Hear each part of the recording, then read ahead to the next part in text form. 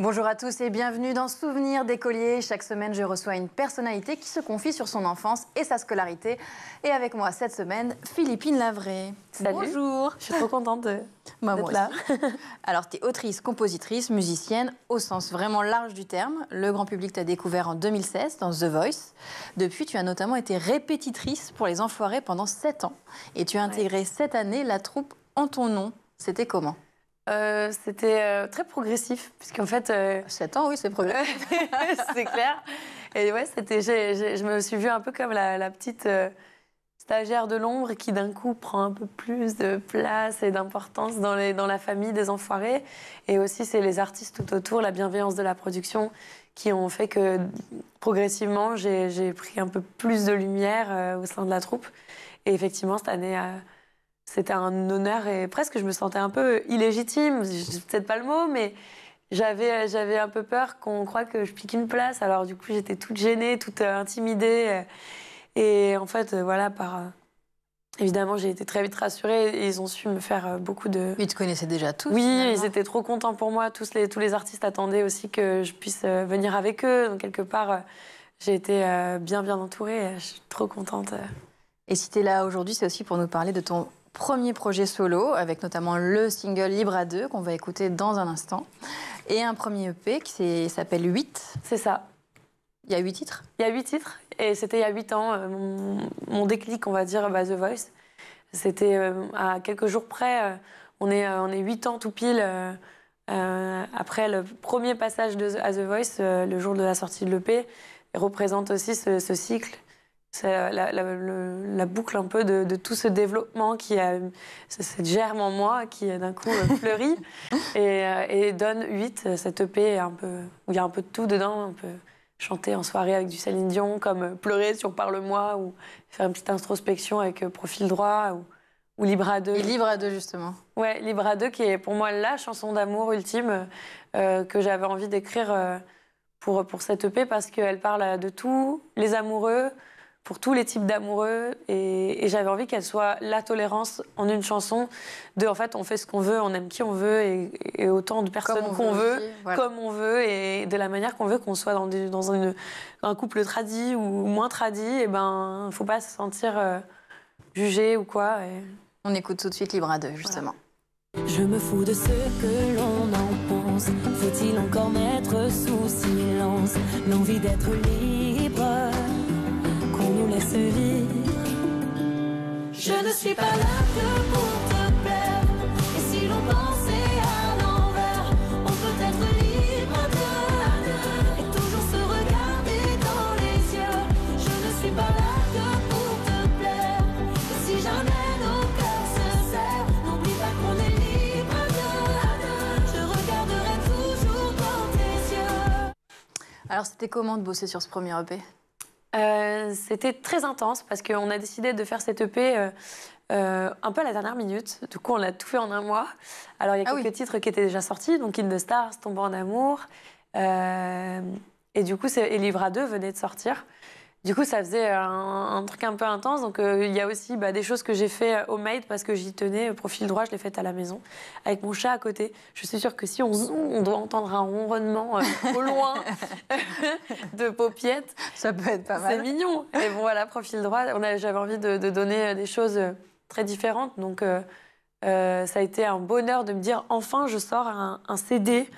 C'est fou. Et donc, du coup, alors, on l'a fait parce qu'il y avait la tournée juste derrière qui arrivait quelques jours plus tard. Et c'était l'occasion parfaite de donner aux gens aussi un objet potentiellement pour la rencontre qui allait se faire. Est-ce que tu es satisfaite du résultat ? Oh oui. Ouais. L'idée pour toi de ce premier EP, si tu devais garder qu'une idée, tu dirais quoi ? Une idée, c'est-à-dire ? Une idée sur cet album. Une seule idée. Un qualificatif, peut-être. Je dirais... l'amusement et l'amour. Enfin, l'amour, du coup. Il y a beaucoup d'amour, ouais. Beaucoup d'amour, que ce soit de l'amour que je porte à ce projet et aux gens qui m'entourent dans cette aventure musicale, mais aussi tous ceux qui m'ont inspiré ces chansons. Voilà, c'est l'amour. Et puis l'objectif de cette EP, c'était une première rencontre avec les gens et la tournée. Donc, Justement, tu es en tournée en ce moment même ? Là, Ouais. tu pars tout de suite Ah, alors là, on a plein de dates en fait qui vont arriver cet été. Et encore une date à Royan là. On a pas mal de choses qui découlent. Là. Beaucoup de dates pour la rentrée également. Franchement, la tournée, elle s'est trop bien passée. On a fait beaucoup de dates février-mars. Et on continue un peu à l'automne. Il y aura de belles surprises, de belles dates qui arrivent. Est-ce qu'il y a d'autres projets dans les prochains mois? On a l'année prochaine, on a la Cigale en mars. Donc ça, c'est une très belle date qui, j'espère, va marquer un petit tournant aussi dans les prochaines dates de l'année prochaine. Et sinon, le projet, c'est l'album à la rentrée. Voilà, je l'espère.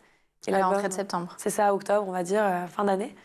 Et l'idée, c'est de pouvoir vraiment présenter un objet beaucoup plus complet en termes d'artistique, avec un univers bien marqué. L'EP, c'est vraiment une espèce de présentation éclectique de plein de choses que je propose en tournée sur les réseaux sociaux, un peu partout. Et l'album, ce sera vraiment l'objet que j'attends le plus. On arrête de se projeter dans le futur. Ok. On va faire un petit flashback. Wouhou. Voilà, on y est. J'adore le voyage dans le temps. Bon, t'as grandi où déjà? Au Havre. En Normandie. Ouais, donc. en Normandie. Ton enfance là-bas, c'était comment? Heureuse, très heureuse. J'ai eu beaucoup de chance. Est-ce que tu avais des frères, des Ouais, sœurs? j'allais dire, j'étais beaucoup de chance, pardon, j'ai eu d'avoir un frère et une sœur et des parents qui ont toujours tout fait pour nous, avec les moyens qu'ils avaient en plus. Donc c'était magnifique. Tu te situes où dans la fratrie? À la fin, je suis la dernière. Ah, t'es la Je suis petite le gros dernière. bébé, selon mon père. Et T'as eu beaucoup d'amour alors? oui, beaucoup d'amour, mais voilà aussi beaucoup de pudeur, de modestie, en retenue, mais toujours à dire je t'aime. J'ai eu beaucoup de chance. Quelle relation t'as gardée avec tes frères et sœurs en grandissant? Très bonne relation, c'est je dirais même de mieux en mieux. L'adolescence, c'est toujours une période un peu étrange. Bon, ça fait longtemps maintenant. Bah, ça fait longtemps et je suis très heureuse et fière d'eux. Et je les aime de tout mon cœur. Et ça fait du bien de se dire qu'on est entouré de frères et sœurs qui vont bien et qui font ce qu'ils aiment. Et voilà. Ils font quoi justement? Ma sœur, elle est dans une résidence pour personnes âgées. Et mon frère, il est comment on dit, barmaid? Ah, bartender, non? Bartender. Oui, barmaid, c'est pour les femmes, non? Le pauvre! Il fait tous les cocktails. Il et fait tout des ça cocktails de fou. Il est à Montpellier. Ma sœur, elle est au Havre. Et du coup, on essaie de se voir un peu quand on peut. Et voilà. On arrive à l'école, t'étais quel genre d'élève? 12 de moyenne, le minimum syndical pour pouvoir avoir du temps libre pour aller jouer dehors et faire de la musique en soum-soum. Et j'étais très nulle dès qu'il fallait apprendre par cœur. Et t'étais dissipée, bavarde? Je te vois bien Ah bavarde. ouais, à mort. Oh, c'était un enfer. Et je me faisais tout le temps tricard par les profs. Mais ils m'aimaient bien. J'étais pas la pire, mais c'est juste que je me laissais embourber par les pires. Et j'étais copine avec tout le monde. T'étais influençable? J'étais pas influençable, mais dès qu'il y avait une connerie, ça me faisait rire, donc j'y allais. Et même si j'étais pas à l'origine, je me faisais quand même avoir, alors que c'était pas moi à la base. Parce que j'étais trop bruyante. T'étais populaire? Non, pas du tout. Ah bon? J'étais pas du tout populaire, c'était un enfer. Non, au contraire, j'étais plutôt dans la team des losers. Non. Genre, tu sais, au lycée, c'était un peu dur. Genre, le lycée, c'était vraiment violent parce que je faisais un lycée classe danse. Et il y avait beaucoup de danseuses qui étaient un peu dans le délire guindé et tout. Mais au lycée, on se rend pas compte. Enfin, c'est un peu gamin quand même, on est encore des gamins. Et moi, j'étais vraiment dans la team loser. Genre, des fois, j'avais des potes, on se disait, big up Marion, on se disait, viens, demain, on vient arriver tout en vert. Et en fait, on faisait pitié, tu vois. Mais ça nous faisait marrer. Et pour le coup, j'étais pas harcelée, heureusement. Moi, j'ai déjà fait des idées pas eu de comme problème, ça, de fringues. Je trouve pas ça... Moi, je trouve ça fun, mais on était genre 2-3 à venir en vert. Ça fait un peu bizarre quand même. Et non, ouais, j'étais dure à me teindre les cheveux en blond, platine, gros crayon noir. Puis le lendemain, j'arrête. Ça m'a saoulée. Tu te cherchais, en fait. Oui, carrément. Mais j'étais fun, mais j'étais pas populaire du tout. T'as Au fait un big contraire. up à Marion, t'as gardé justement des amis de l'époque? Un petit peu, ouais. J'en ai pas beaucoup, mais voilà, j'ai des copines. Éléonore, que j'ai vue il y a pas longtemps. Justine, Marion, sont des personnes que j'aime beaucoup et j'adore suivre encore. Du lycée ou de l'école primaire? La plus vieille, c'est Justine. On se connaît depuis qu'on a 3 ans, donc Ah oui. maternelle. Mais c'est rare, c'est rare. Est-ce que tu gardes plutôt globalement un bon souvenir de l'école, de ta scolarité? Ou c'est des moments un peu plus douloureux? C'est pas le moment le plus agréable d'une vie, notamment le collège. Je trouve que c'est la pire période. Je trouve qu'il y a un manque total d'enseignement de la vie au collège. Alors que c'est là que commence la sexualité, l'apprentissage de l'âge adulte dans les prémices. Et donc j'en garde un souvenir tendu, mais heureux. Parce que c'est mignon, en fait, je me cherchais, en vrai, c'est pas trop... Est-ce que tu as un souvenir comme ça qui vient spontanément précis à nous partager, d'école? Ouais, je me souviens que j'adorais aller à l'école. Il y avait des profs que j'adorais. Et notamment, le souvenir qui me marque le plus, forcément, ça va être... la toute première scène que j'ai faite de ma vie, c'était à l'école. C'était en classe musique, on avait fait une chorale et puis il m'avait dit « Tiens, tu veux faire l'intro de Stone, le monde des Stones, là, de Starmania ?» Stone, donc c'était genre « J'ai la tête qui éclate, je voudrais seulement dormir ». J'étais... Bah là, quand même, on reconnaissait déjà que ça devait être à part. Et en fait, c'est ça. C'est la première fois que des profs, par exemple, qui ne savaient pas du tout que j'aimais la musique, même certains élèves ne savaient pas, je fais ça à la maison un peu, m'ont dit, il y a un truc. Et je me souviens d'une prof, Madame Dussol, qui était ma prof d'histoire. C'est ma matière la pire au monde. Genre, j'adore. Aujourd'hui, je regarde des chroniques d'histoire. Je sais même pas comment c'est possible, vu mon niveau d'histoire de l'époque. J'apprenais rien, donc du coup, j'avais toujours 5. Et en fait, ma prof, vraiment, elle était odieuse avec moi. Elle m'aimait pas parce que j'étais nulle. Et ce jour-là, elle m'a regardée avec des yeux énormes. Elle a dit « Oh là là, c'est génial, il y a un vrai truc. » Et ça m'a fait tellement choquant. Je me dis, en fait, c'est pas moi. Je me dis, c'est pas moi le problème, c'est juste que je suis nulle en histoire. Du coup, je suis pas une peine perdue pour cette prof. Ce qui prouve que j'ai peut-être vraiment un truc. Elle t'a donné un petit peu confiance. Et je me souviendrai toujours de ce jour. Elle m'a dit ne lâche pas, ça, c'est peut-être un truc pour toi. Parce qu'elle était moins désespérée de mon cas, bizarrement. Donc ta matière cauchemar, c'était l'histoire. L'histoire, ouais. Et la matière préférée? La musique? À part la musique, je dirais l'art plastique. J'adorais tellement la peinture, je peignais beaucoup de tableaux. Et l'anglais. Aujourd'hui, tu es chanteuse, mais est-ce que plus jeune, il y avait un métier qui te faisait rêver? Ah oui. Alors, toute petite, au collège, je voulais absolument travailler avec les bébés, donc je voulais être crèchière. Parce que quand j'étais... Ce mot existe? Travailler dans les crèches, quand j'avais 5-6 ans, je disais crèchière. Et jusqu'à mes 14-15, je voulais encore travailler avec les bébés. Et puis après, j'ai fait carrière sociale en études. Ouais. DUT. C'est quoi, carrière sociale? Alors, en gros, il y a différents corps, mais moi, j'avais choisi l'animation parce que je pouvais apporter de la joie avec la musique, trouver de l'enseignement grâce à la musique, mais pas que. Il y avait plein de choses, les arts plastiques, les gens, les relations humaines. Et c'est des interventions qui peuvent se faire dans plein d'établissements. Je trouvais ça génial. Au final, j'ai inversé les rôles. Je fais un peu de social avec de la musique. Mais mon but dans la musique, maintenant, c'est de garder ce lien avec les gens, d'être à la rencontre des gens et de pouvoir les aider du mieux que je peux dans le quotidien. Justement, la musique, elle arrive à quel moment dans ta vie? Collège dans le chant, mais la musique, elle arrive fœtus, je veux dire. Ta mère était musicienne? Accordéoniste. Et tu sais en jouer? Ouais, enfin, Justin Bridou et Amélie Poulain. Parce que vraiment, j'ai pas trop retenu grand-chose. T'as commencé comment? J'ai commencé à 8 ans dans le club. En fait, Et 8 encore? Et ouais, voilà. Comme le... J'ai commencé à l'accordéon à 8 ans, c'est vrai. Quand j'ai commencé à prendre des cours avec Joël à l'accordéon club du Havre, sans Vic. Donc du coup, on est là. C'est vraiment le club d'accordéon du Havre où ma mère était depuis qu'elle était gamine. Et donc à ce moment-là, les gens ont quel âge? Parce que l'accordéon... Alors, une moyenne d'âge, quand même, à la base, d'une 40-50 ans. Bah oui, parce qu'il n'y a pas beaucoup d'enfants de 8 ans, j'imagine, qui jouent de l'accordéon. Il n'y a pas beaucoup d'enfants de 8 ans, mais il y avait quand même des enfants qui jouaient d'autres instruments. Donc, c'était génial. J'avais des copains, des copines. Et puis voilà, moi, je pense que mon amour de la musique, il est né à ce moment-là. Quand, même à 2 ans, je me baladais à 4 pattes dans les locaux de répétition. Oui, tu étais déjà familière de oui, ma mère m'emmenait aux répétitions. J'étais la seule des 3 à vouloir y aller. J'allais te dire, les frères et sœurs n'ont pas joué. Pas trop. Non, ils venaient aux fêtes, les grandes fêtes, tout ça, parce que c'était familial. Mais moi, Et l'accordéon, t'en joues combien de temps alors? Ah, j'en ai joué pendant 8 ans. Jusqu'à mes 16 ans. Ouais, c'est fou la vie.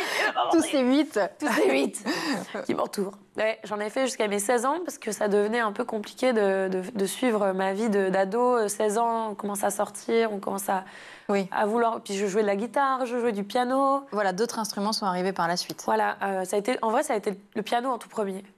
En autodidacte, tu disais? Autodidacte, vers l'âge de 6-7 ans, j'ai commencé à avoir mes premiers petits claviers d'enfant. Puis avec l'âge, j'en ai pris un peu plus, des plus grands. Et puis l'accordéon vers l'âge de 8 aussi, et la guitare à 13 ans à peu près. Et ça aussi toute seule? Toute seule. Sans prendre de cours? Non, piano, guitare. Après l'accordéon, j'avais un peu de cours quand même. Mais solfège, pendant 3 ans, quand j'avais 6 ans, ça m'a pas trop servi parce qu'ils m'ont fait redoubler, j'étais trop nulle. Pareil, je bossais pas. Mais ouais, Et le chant? Le chant toute seule, bah, j'aimais bien chanter. À quel moment tu te dis, j'ai une belle voix? Il y a quelque chose. Le collège m'a un peu révélée parce que c'est moi qui servait de modèle aux profs quand il y avait besoin de faire une démo. Enfin, vous savez, quand on va devant le tableau chanter Ah oui, de quand même. ouf, tout seul devant les gens. C'est horrible ce truc-là. Oui, c'est un moi, moment j'adorais. très difficile. Enfin, j'avais peur comme tout le monde, j'étais gênée parce que c'était les premières fois. Je ne savais pas encore trop. Mais quand je voyais que j'avais 20 sur 20, que tout le monde était trop bien et tout, et que jusque-là, j'étais personne, et que d'un coup, on me dit que j'ai un truc bien. D'un coup, quand on a 13 ans, on se dit « Waouh, trop cool !» Donc du coup, je veux encore revenir chanter. Ok, bah d'accord, c'est ça. Et du coup, on me demandait de faire les modèles ou de tout ça, et c'était marrant. Et à quel moment tu te dis « je vais en faire mon métier » À The Voice. Et un peu après, je dirais. Mais pas avant. Non, pas avant. Avant, j'étais en études, carrière sociale. Je devais faire une licence 3 à Rouen en médiation culturelle et j'ai refusé pour avoir une année, mais vraiment ça s'est joué au timing parce que j'apprenais que je pouvais peut-être faire The Voice. Donc j'ai dit bon, je me laisse 1 an. Si je le fais, tant mieux. Si je le fais pas, c'est pas grave. Je bosserai, je ferai d'autres choses, je ferai la licence plus tard. Et ça s'est joué à rien. Et The Voice arrive. Et The Voice arrive et là je sens les odeurs des câbles, d'un plateau télé. Je découvre un monde, mais déjà je découvre un peu Paris aussi, cet univers. J'arrive, moi je connais son père. Et à tout le monde qui fait « Eh, mais t'es là, énorme !» Et T'as trouvé que c'était trop familier? Mais je me suis dit « Mais moi, je connais personne !» Tout Paris se connaît, en fait. Et moi, maintenant, ça fait 8 ans que je suis à Paris. Et je fais « Waouh !» En fait, oui, effectivement, c'est un tout petit monde. Mais moi, à l'époque, j'étais impressionnée. Je connaissais personne. Et tu vas loin dans l'aventure. Tu trouves que ça t'ouvre rapidement des portes? Non, pas du tout. Ça m'ouvre une petite porte et demie si je force un peu avec un pied de biche. Mais c'est dur, en vrai. On est livré. Ça m'a pas ouvert. J'ai ouvert. Elle l'a pas fait pour de vrai. J'ai pas fait pour de vrai. C'est une image. C'est une image. Ouais, non, c'était pas évident. Mais bon, j'ai envoyé 1 ou 2 SMS pour essayer de me faire voir un peu après l'émission, pour pas perdre la vague, comme on dit. Tu l'as envoyé à qui? À Bruno Berberès, que j'embrasse très fort, que j'adore, qui est le directeur des castings de The Voice et de tant d'autres choses. Et je me souviens j'étais un peu désespérée, ça faisait quelques mois que j'étais sortie de l'émission, j'avais pas grand-chose, j'avais fait quelques dates par-ci par-là grâce à l'émission. Et après, j'envoie un petit message, je lui dis « T'as quelque chose sur ton bar ?» Et plus tard, j'ai rencontré Patrick Fiori, un peu grâce à lui aussi, donc du coup... Ça m'a fait rencontrer d'autres personnes qui m'ont fait rencontrer et c'est un peu comme ça que... 2018, tu deviens répétitrice des Enfoirés. Ouais. Ça consiste en quoi en fait? Au départ, je fais juste une voix témoin. Au départ, vraiment, 2018, on m'appelle en me disant voilà, on a besoin de quelqu'un pour chanter toutes les chansons dans un micro pour que la prod se repère. D'accord. Avant que les artistes arrivent, il y a 3-4 jours de répétition. Avant ça, il y a encore des répétitions juste pour l'orchestre. Mais moi, j'arrive au moment de la résidence. Pendant 10 jours, on est dans un zénith. Il y a 3 jours sans les artistes, puis les artistes arrivent pendant 1 semaine. D'accord. Avec les shows et puis les répétitions entre eux. Et moi, pendant 3 jours, du coup, il n'y a personne, il n'y a pas d'artistes, mais il y a la prod, les danseurs, des figurants qui, en attendant que les artistes, justement, apprennent les déplacements, la mise en scène se place, tout se fait, les décors se construisent. Et c'est à ce moment-là qu'on a besoin d'une voix témoin, et c'est moi. Et du coup... je fais ça, et au final, les artistes arrivent, mais on se croise. Moi, j'allais partir, mais ils voient que je connais tout, donc du coup, ils viennent me voir, tu peux m'aider? Donc l'année d'après, on fait, mais ce serait pas mal que tu restes un peu pour les aider, au moins les premiers jours de répète quand ils sont là. Du coup, l'année d'après, 2019, je fais ça. 2020, tu pourrais lancer leur départ dans les livres, parce qu'on s'aperçoit quand tu lances les départs en répète, ça les aide. Donc peut-être sur scène, on peut le faire aussi. Mais en fait, on a créé ton On a créé le rôle ensemble, ouais. Et après, j'ai fait des chœurs aussi. Bon, puisque tu as un micro, on a besoin de soutien. Là, ils sont tous trop occupés à danser, machin. Il nous faut plus de voix. Fais les chœurs, on te mettra en façade et tout. Et après, c'est parti en cacahuète. Et maintenant, je suis artiste. T'as su trop indispensable, en fait. C'est ça, mais avec beaucoup de travail et d'années. Et puis surtout de confiance de la part des MLS TV, que j'embrasse très fort. Et ils sont géniaux. Et puis voilà, c'est aussi les artistes qui m'ont fait confiance et qui m'ont accueilli, m'ont ouvert la porte. Et après, en 2019, il y a un concours organisé par Matt Pokora que tu remportes pour partir avec lui en tournée. Et pas du tout. À la base, je devais faire juste le duo avec lui, des planètes. Et au final, on s'est tellement bien entendu avec toute son équipe et mon manager avec le sien que voilà, il y avait sa tournée qui arrivait. Donc ils ont dit, viens en première partie, fais-en 6, quoi. Donc j'ai fait les 6 premières et ça s'est bien passé. Donc du coup, ils ont dit, fais les 20 autres. Et du coup, je suis partie sur une tournée entière et qui, malheureusement, s'est interrompue par le Covid. On aurait fait 50 dates ensemble. Et après, il faut encore attendre quelques années avant d'avoir le gros succès aux côtés de Benson Boone avec le titre In the Stars. Là, ça a été vraiment le gros carton de 2023. Comment elle arrive, cette collaboration ? Elle arrive d'une rencontre grâce à Warner, qui est notre label en commun. Et il venait à Paris, donc on a fait un goûter pour le rencontrer. C'est quand même pas souvent que les Américains viennent en France. Du coup, c'était l'occasion. Et puis c'est comme ça que, voilà, échange de guitare, de chant... la rencontre s'est faite et on a proposé une version française de ce super titre qui plaisait beaucoup aussi aux gens, mais on avait envie de pouvoir raconter aussi quelque chose. Et c'est vrai que moi, c'est arrivé à pile à temps dans ma vie. J'ai perdu mon père 1 an avant que la chanson sorte. C'est-à-dire que je venais de perdre mon père quelques mois avant. Et c'était genre, j'ai vraiment vu ça comme un signe d'un truc bizarre. On me demande d'écrire sur quelqu'un qui part dans les étoiles, vraiment, des chansons sur les décès, il n'y en a pas 1000. C'est quand même assez étonnant. Et du coup, j'ai malheureusement été très inspirée. Et donc, on a fait ça ensemble avec mon équipe. On l'a proposé, ça leur a plu. Et du coup, c'est parti en cacahuète. Et c'est sorti. C'est encore plus beau. Un an jour pour jour. Ouais.